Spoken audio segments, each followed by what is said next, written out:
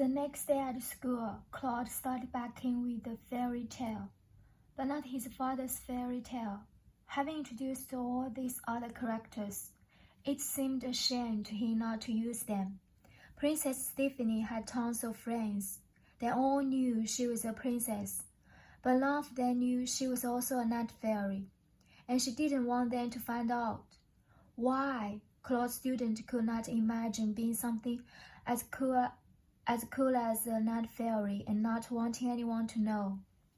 She was embarrassed. Claude explained. Why? Because none of her friends were night fairies. She was the only one. Why that does not make her feel special? Because it was weird, said Claude, and disgusting. Her friends would be grossed out if they knew she was really a night fairy, so she hid it from them.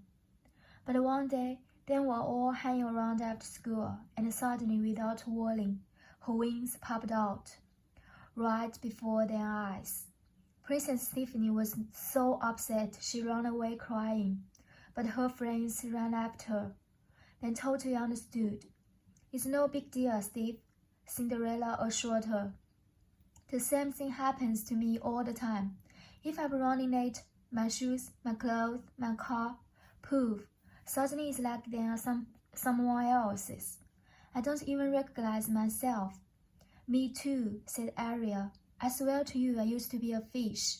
You did? Stephanie was so grateful to her friends she started crying again. Well, half.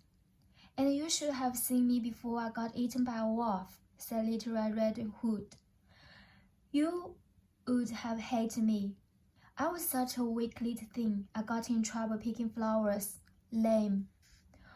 What happened? Stephanie sniffed. I got eaten. That's what happened. I grew up. I figured out I need to be smart and strong, and I took control. How? I worked out. Little Red smiled and flexed her bicep. Claude demonstrated. The class giggled. I got a personal trainer. I give you her number. Class students nodded along, pleased so far. So all of Princess Stephanie's friends finally knew who she really was, and they all loved her anyway, all except one. Her rival princess was angry, but not her fault. Claude students objected MS. It wasn't her fault she turned into a night fairy, Claude acknowledged, but it was her fault she lied her about it. She had to keep secrets, the students insisted. Claude shook his head. The rival neighbor princess told Stephanie everything, so she didn't think they had any secrets. Every princess and person have secret, Doll said. That's true. Claude tried to think if he'd ever seen a teacher cry in front of the class. But some secrets are secrets, while some secrets are lies. Every person have another person inside, Mia insisted. As in, the rival neighbor princess shouldn't have need to be told. As in, it doesn't count because Stephanie's secrets were actually the human condition. Princess Stephanie couldn't convince her not to be mad. Claude continued.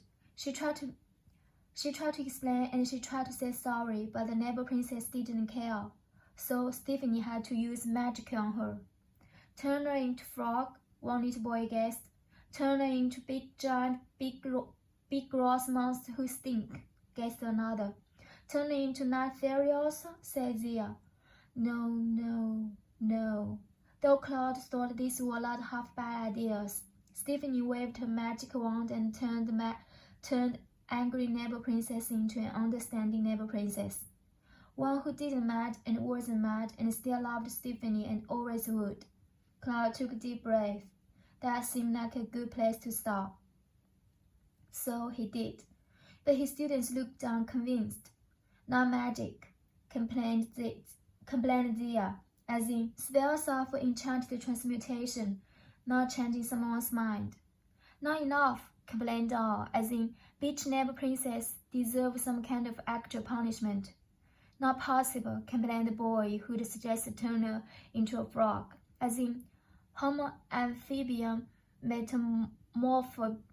metamorphosis might not be real, but is still more credible than Aggie getting over Poppy's secret. But Claude felt better.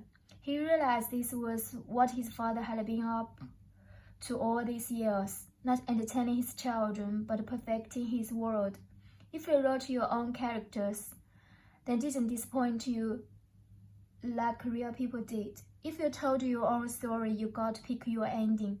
Just being yourself never worked, but if you made yourself up, you got to be exactly who you knew yourself to be.